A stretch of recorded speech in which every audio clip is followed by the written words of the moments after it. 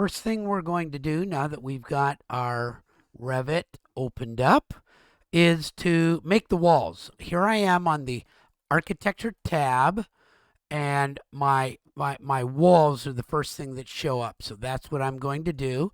And from my little sketch over here, I see that the walls are 10-foot tall brick, and that I've got a 30 by 40 and a 20 by 20. So I think I can remember that. So let me pick a wall, and I'll pick an architectural wall. And as soon as I do that, all this information pops up. But this little arrow right here lets me pick the different types of walls. And there's generic old brick. That'll be good enough for what I'm going to do. I can make a brick wall. But then I have to give it some information because I don't know enough yet. So I've got the wall, and I'm going to draw the center line of the wall or the outside face, face exterior, face interior, finish. You know what? I'm going to make the outside of my building the dimensions that were shown. I get to pick all that. But I'm going to do this finish face exterior, the outside dimensions. Okay, I'm going to put it on level 1 because I want it on the ground floor. I want it right on the ground floor. And then the top, I can say go up to level 2, whatever. And it says here, that's 10 foot. Are you sure about that? Yes. So I want to put it up to my level 2. So that's an easy way to go about it. And then there's just a bunch of other stuff to put in here. Now I'm ready to draw. And so I'll click anywhere, click, and then I'll draw up. And I just draw some way, and then I type the distance. I've let go of the mouse, and I type 30. Now, Revit's cool. It knows that when you want 30 feet, you type in 30.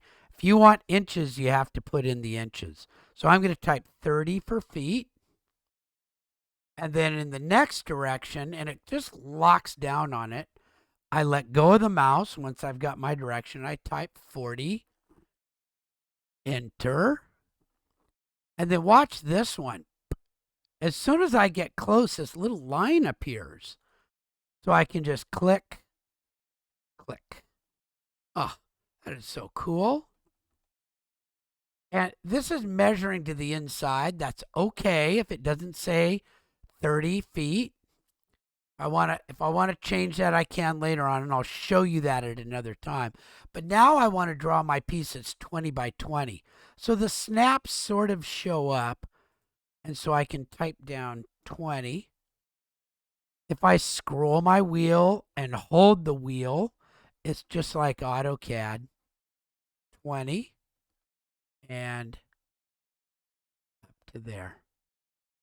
Just get into there, 20. And when I'm done, I can hit escape, and then I'm not drawing my wall anymore. And that's how you draw the walls. Now, I'd kind of like to see that. And I notice that there are no 3D views for me already on the project browser. So just so I can see it and make sure, I'll come up to the very tippy top, default 3D view, and I'll click that. And there it is.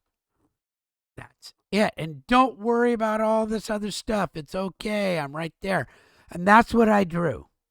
Okay, if I want it to look like brick, I'll come down to this little box. There's the scale, and then there's like detail level, and then the visual style. And I can put down like realistic. And bricks show up. There they are. They're bricks. It looks like I didn't catch this very well here. I can fix that later on, but this is just a quick visualization. So that's okay. And I'll go back to my level 1 to leave it alone, and I'll save my work. Save, and where do I want to save it? Of course, I'm going to save it somewhere where it's useful. Where it's spring 320, and this is going to be my Revit mass model. That sounds good. There we go. That's how you do the walls.